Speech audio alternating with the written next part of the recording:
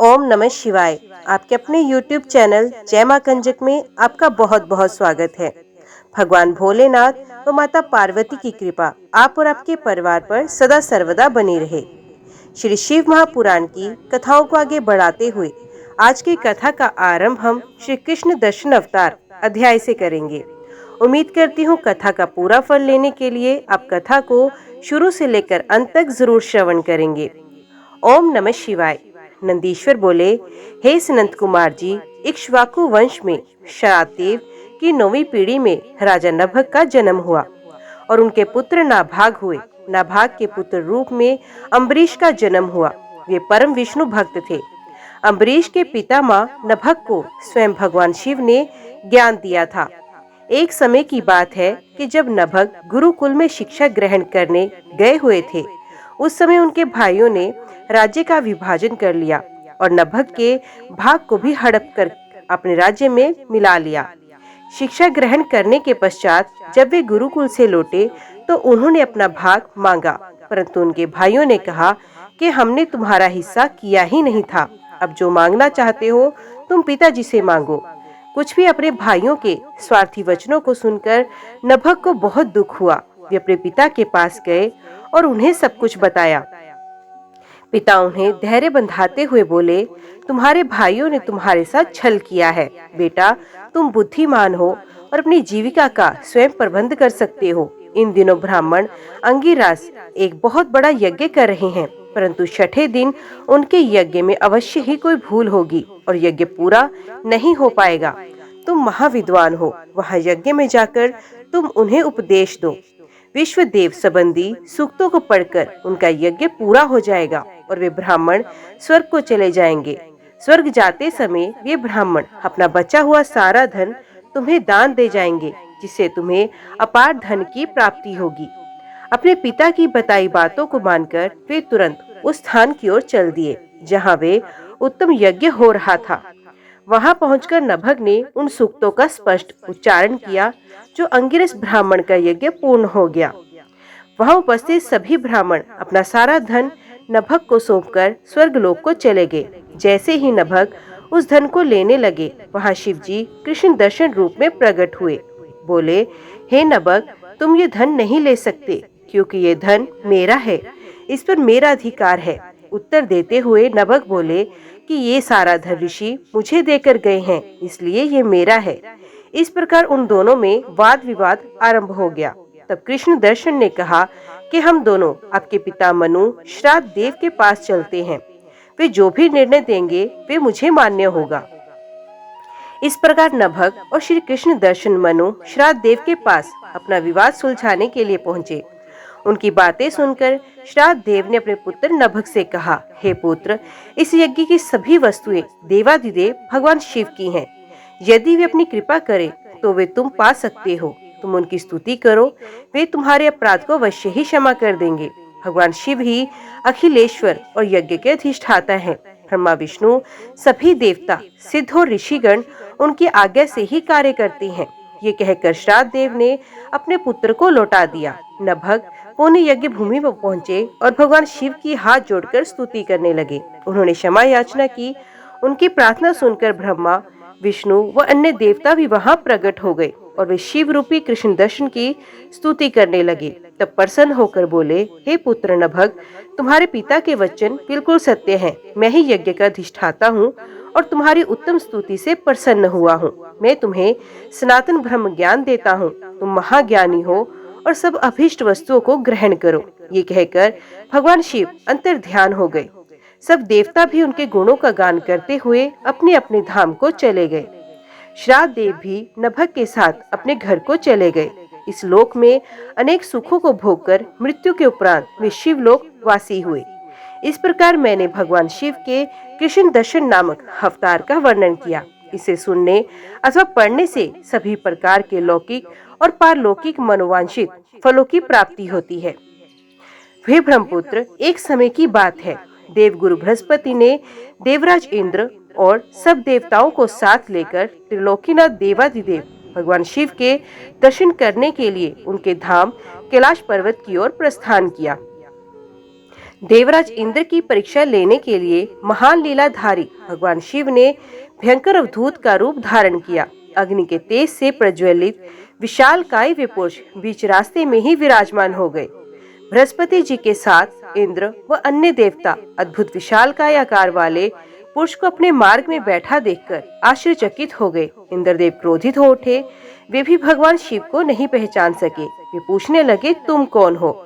तुम्हारा नाम क्या है और तुम कहां से आए हो? मुझे जल्दी से बताओ। भगवान शिव क्या अपने स्थान पर ही विराजमान हैं या फिर कहीं गए हुए हैं? मैं देवगुरु और अन्य देवताओं के साथ कल्याणकारी परमेश्वर के दर्शनों के लिए यहाँ आया हूँ। उनकी ऐसी बातों और प्रश्नों को सुनकर भी अवधूत रूप धारण किए शिवजी ने कोई उत्तर नहीं दिया। देवराज इंद्र ने दोबारा पूछा। शिवजी फिर चुप रहे। देवराज इंद्र के बार बार पूछने पर भी महायोगी शिवजी कुछ नहीं बोले। तब देवराज अपने ऐश्वर्य के घमंड के कारण क्रोधित हो उठे और जोर से चिल्लाते हुए बोले, ओ मूर्ख, मेरे बार बार पूछने पर भी तू कोई उत्तर क्यों नहीं देता?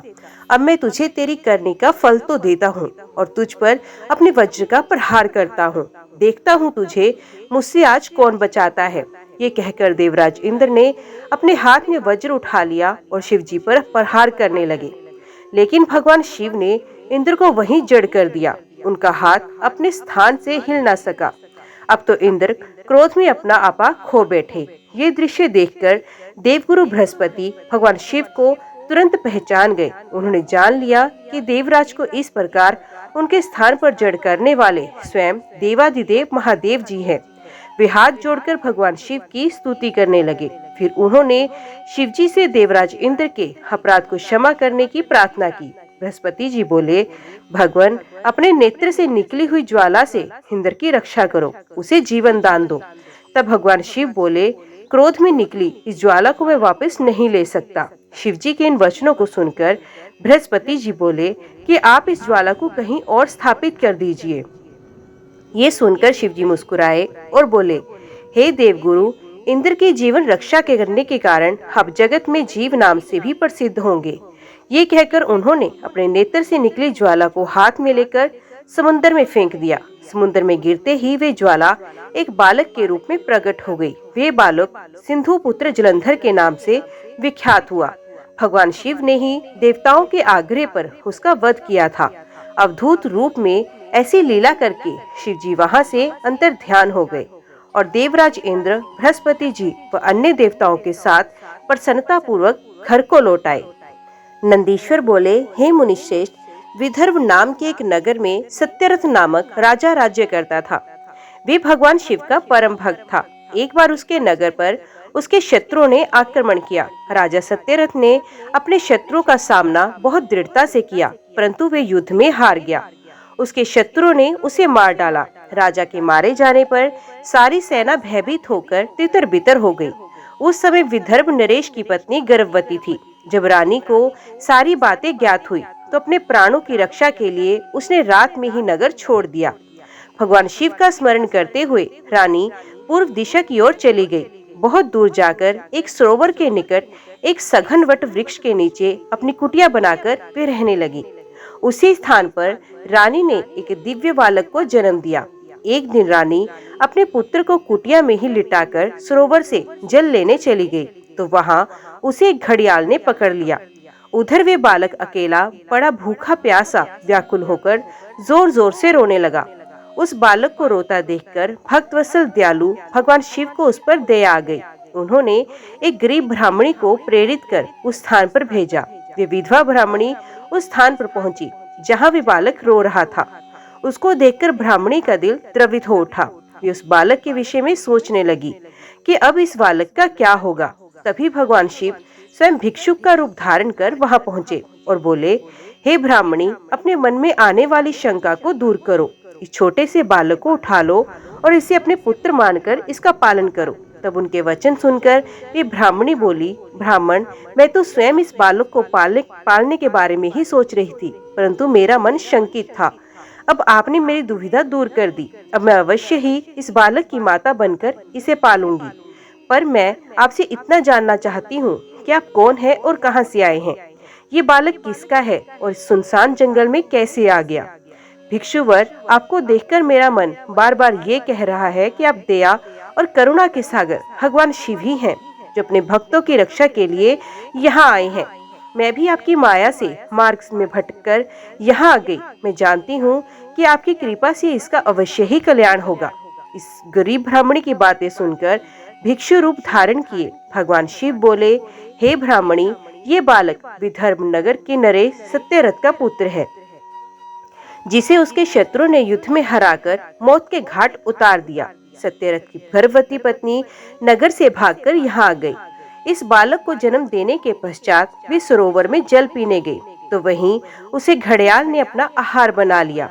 शिवजी के वचनों को सुनकर ब्राह्मणी फिर प्रश्न करती हुई बोली, भगवान, किस कारण से यह बालक अनाथ और बंधुहीन हो गया? बालक के पिता सत्यरथ को शत्रु ने क्यों मार दिया और किस लिए शिशु की माता को घड़ियाल ने खा लिया?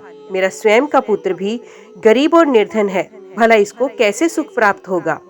ब्राह्मणी के इन प्रश्नों को सुनकर भक्तवत्सल भगवान शिव अपने उस भिक्षुक रूपी से बोले, हे देवी, जो राजा सत्यरथ अपने पूर्व जन्म में पांडे देश के श्रेष्ठ राजा थे। वे सदैव शिव धर्म का पालन करते और भक्ति भाव से उनकी आराधना करते थे। एक दिन प्रदोष काल में जब राजा भगवान शिव का पूजन कर रहे थे, उसी समय नगर में कोलाहल मचा। राज्य में विद्रोह फैलने की आशंका से राजा ने पूजा बीच में ही छोड़ दी। सैनिकों ने जिसे राजद्रोही के रूप में राजा के सामने ला खड़ा किया, वे कोई और नहीं, उसी राज्य का एक सामंत था। उसे देखकर पांडे राज क्रोध में अपना आपा खो बैठे और उस सामंत का सर कटवा दिया। प्रदोष पूजन के नियम को समाप्त किए बिना राजा ने भोजन भी कर लिया। इसी तरह राजकुमार ने भी प्रदोष पूजन किए बिना भोजन किया और सो गया। वे पांडे राज इस जन्म में विदर्भ राज हुआ। प्रदोष में शिव पूजन को बीच में छोड़ देने की वजह से उसका वध कर दिया गया और पूर्व जन्म का उसका पुत्र इस जन्म में भी उसका पुत्र बनकर जन्मा। शिव पूजन बिना खा पीकर सो जाने के कारण वे दरिद्रता में घिरा हुआ है। इसकी माता ने भी पूर्व जन्म में छल से अपनी सोतन को मार दिया था, इसलिए उसे भी घड़ियाल ने खा लिया।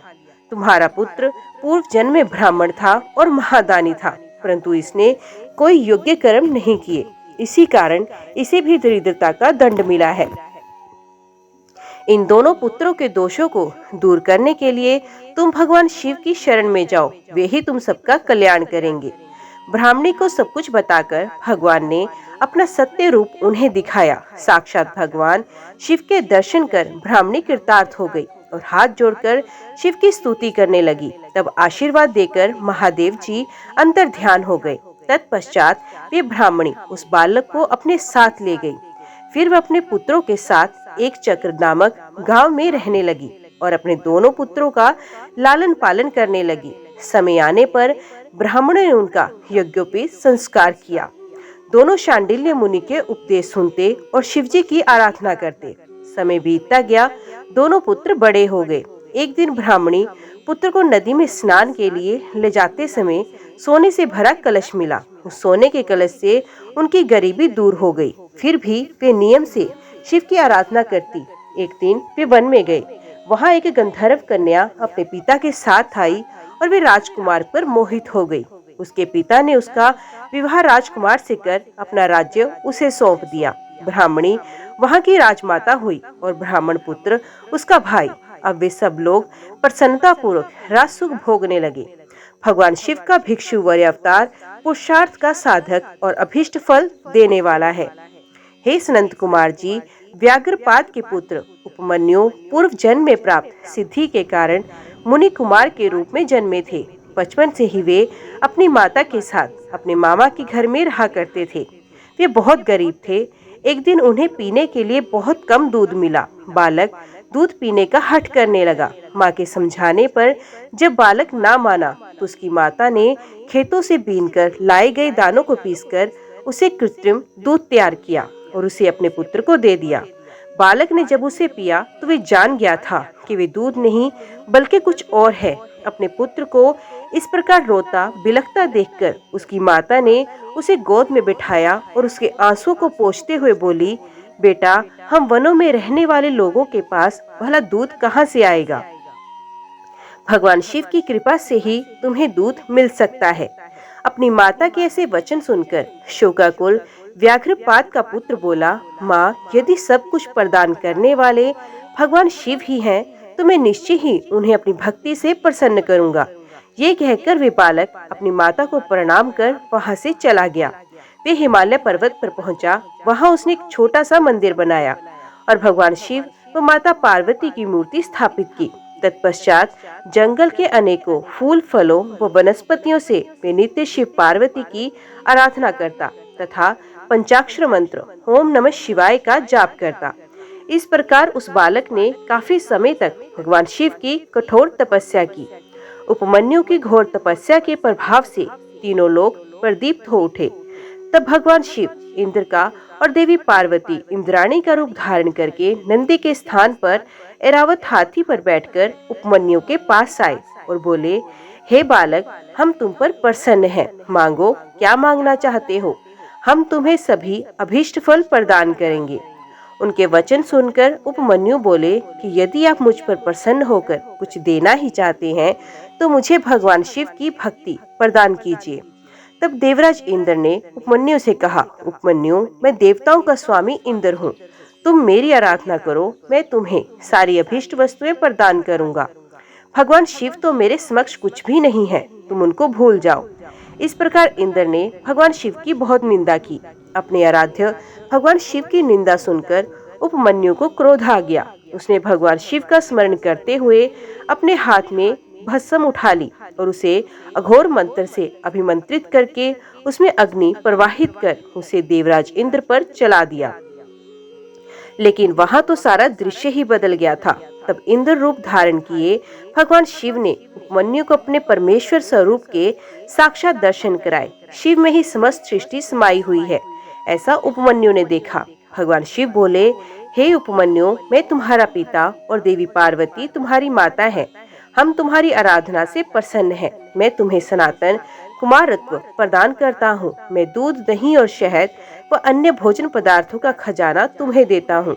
तुम अमरता को प्राप्त होगे और तुम्हें मेरे गणों का आधिपत्य मिलेगा। इस प्रकार शिवजी ने उपमन्यु को अनेक दिव्य वर प्रदान किए।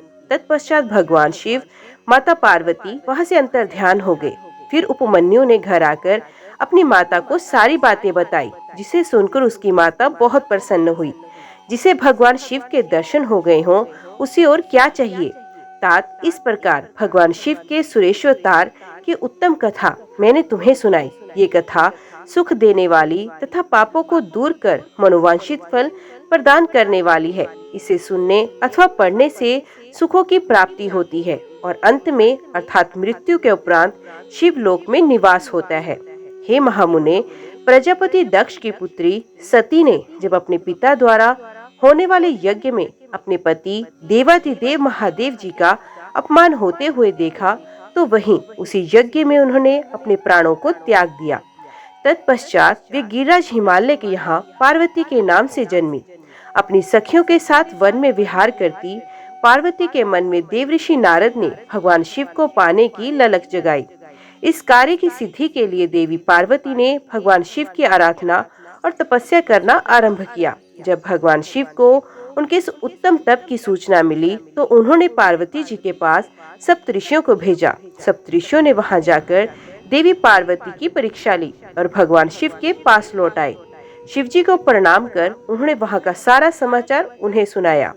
सप्तऋषियों से देवी पार्वती की तपस्या के विषय में जानकर त्रिलोकीनाथ भगवान शिव ने स्वयं उनकी परीक्षा लेने का निर्णय किया।